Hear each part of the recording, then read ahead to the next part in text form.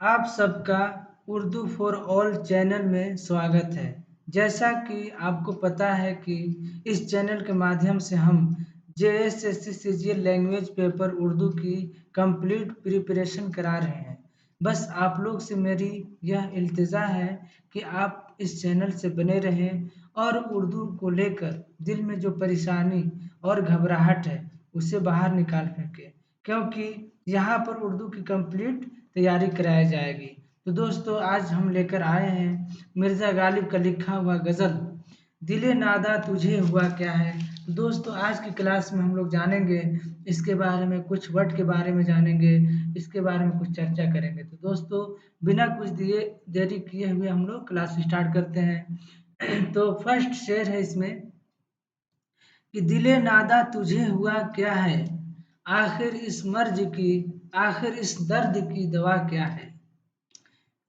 तो दोस्तों, इसमें शायर का यही ख्याल है, यानी इश्क से रिलेटेड उनका ख्याल है और अपने दिल को समझा रहे हैं कि ऐ नादान दिल, तुझे आखिर क्या हुआ है। तुम जो इश्क में पड़े हो, जो तुम्हें मर्ज लगा है, जिस मर्ज में मुब्तला हो, उसका कोई दवा नहीं। आगे हम लोग बढ़ते हैं। हम हैं मुश्ताक और वह बेजार, या इलाही ये माजरा क्या है। हम हैं मुश्ताक, यानी कि हम शौक रखते हैं, मुश्ताक का मतलब शौक रखते हैं, और वह बेजार, यानी कि शायर अपने महबूब से बारे में बात कर रहे हैं कि हम अपने महबूब का दीदार करना चाहते हैं, उनसे निगाहें मिलाना चाहते हैं, लेकिन मेरा महबूब कुछ उकताए हुआ है, यानी कि दीदार ही नहीं कराना चाहता है। तो शायर इसमें हैरान होकर कहता है कि या इलाही, ये माजरा क्या है, यानी कि ये मामला क्या है। मैं भी मुंह में जबान रखता हूँ, काश पूछो कि मुद्दा क्या है। मैं भी मुंह में जबान रखता हूँ, काश पूछो कि मुद्दा क्या है।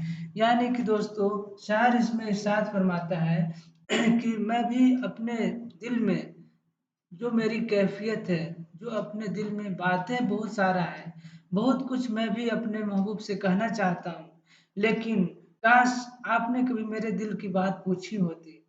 लेकिन यहाँ तो कोई पूछ ही नहीं रहा है, क्या मैटर है, कोई जानना ही नहीं चाहता है। आगे बढ़ते हैं दोस्तों।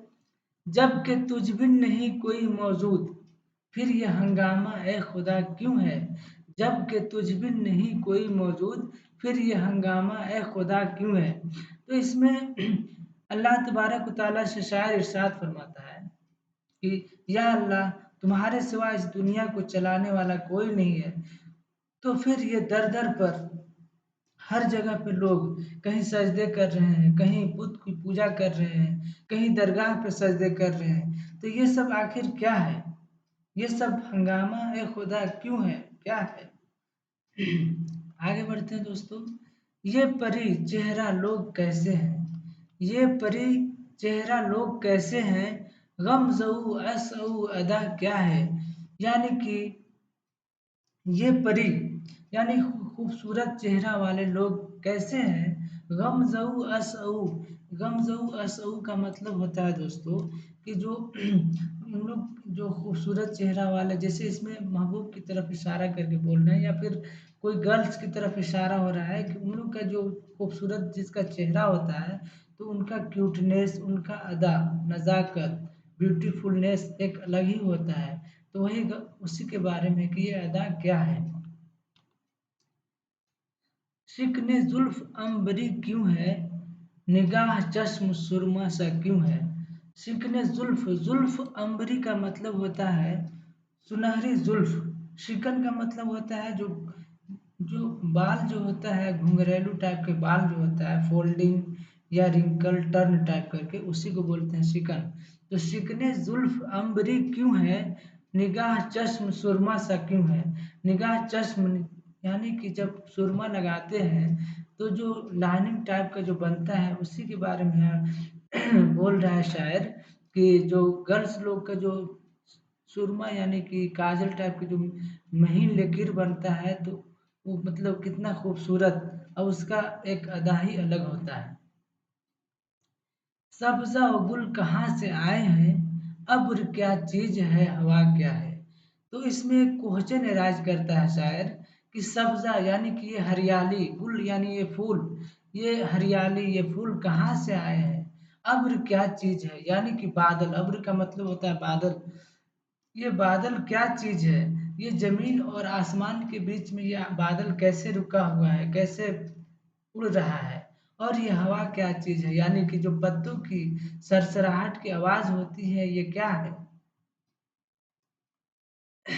हम हमको उनसे वफा की है उम्मीद, हमको उनसे है वफा की उम्मीद, जो नहीं जानते वफा क्या है। यानी कि शायर इसमें यही कहना चाह रहा है कि हम उन लोगों से वफा की उम्मीद लगाए बैठे हैं जिनको वफा क्या है उसका पता ही नहीं है। यानी कि उन लोग तो सिर्फ जुल्म ढाना जानता है, जफाई कर सकता है, मोहब्बत प्यार वफा तो कर नहीं सकता है। हाँ भला कर तेरा भला होगा, और दुर्वेश की सदा क्या है। हाँ भला कर तेरा भला होगा, और दुर्वेश की सदा क्या है। दुर्वेश का मतलब फकीर, सदा की मतलब होता है आवाज। तो जैसा कि इसमें दुर्वेश की आवाज यही है कि कि तुम दूसरों के साथ भला करो, तेरा भी भला होगा। और ये जिंदगी का भी फलसफा है दोस्तों, कि अगर आप किसी के साथ अच्छाई करते हैं तो आपके साथ भी इंशाल्लाह अच्छाई होगा। और जैसा कि हम लोग इससे पिछले क्लास में पढ़े थे कि फ़कीराना आए सदा कर चले, मियाँ खुश रहो हम दुआ कर चले। मियाँ तुम खुश रहो हम दुआ कर चले, ये मीर तकी मीर का लिखा हुआ गज़ल था। आगे बढ़ते हैं। जान तुम पर निसार करता हूँ, मैं नहीं जानता दुआ क्या है।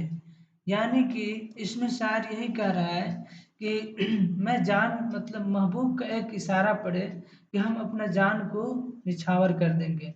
यानी कि हम इतना प्यार करते हैं कि अपने महबूब के लिए हम जान भी दे सकते हैं। बस एक इशारा पड़ जाए, अगर वो हमारा कितना भी इम्तहान लेना चाहे तो हर एग्ज़ाम देने के लिए, इम्तहान देने के लिए तैयार है। मैं नहीं जानता दुआ क्या है। तो देखिए दोस्तों, ये थोड़ा-सा अलग-अलग है, लेकिन इसको जब डिटेल में हम लोग समझते हैं तो दुआ क्या है इसका मतलब यही होता है कि कुछ लोग प्यार सिर्फ़ दिखावा के लिए करते हैं, लेकिन जब ज़रूरत पड़ता है तो अपने कदम को पीछे हटा देते हैं। यानी कि वो दुआ से काम चला लेते हैं कि हाँ, हम आपके साथ हैं, हाँ, चलो आपका भला हो। लेकिन जब एक्चुअल में आपको ज़रूरत जब पड़ेगा तो पीछे हट जाते हैं। तो गालिब साहब इसमें यही कहते हैं कि मैं तो जान देने के लिए निसार यानी कि जान को कुर्बान करने के लिए हम रेडी हैं, बस एक इशारा तो मिल जाए। अच्छा, मैंने माना कि कुछ नहीं गालिब, मुफ्त हाथ आए तो बुरा क्या है। मैंने माना कि कुछ नहीं गालिब, यानी कि इसमें गालिब साहब यही बोलते हैं कि मैं जानता हूँ कि मेरी हैसियत, मेरी कीमत कुछ नहीं है, लेकिन अगर मैं तुम्हें मुफ्त में मिल जाऊँ तो इसमें बुरा क्या है। तो दोस्तों, आज हम लोग ये गज़ल कंप्लीट कर चुके हैं। तो दोस्तों फिर हम अगले क्लास में मिलते हैं नेक्स्ट गज़ल के साथ। तब तक आपसे हम विदा लेना चाहते हैं।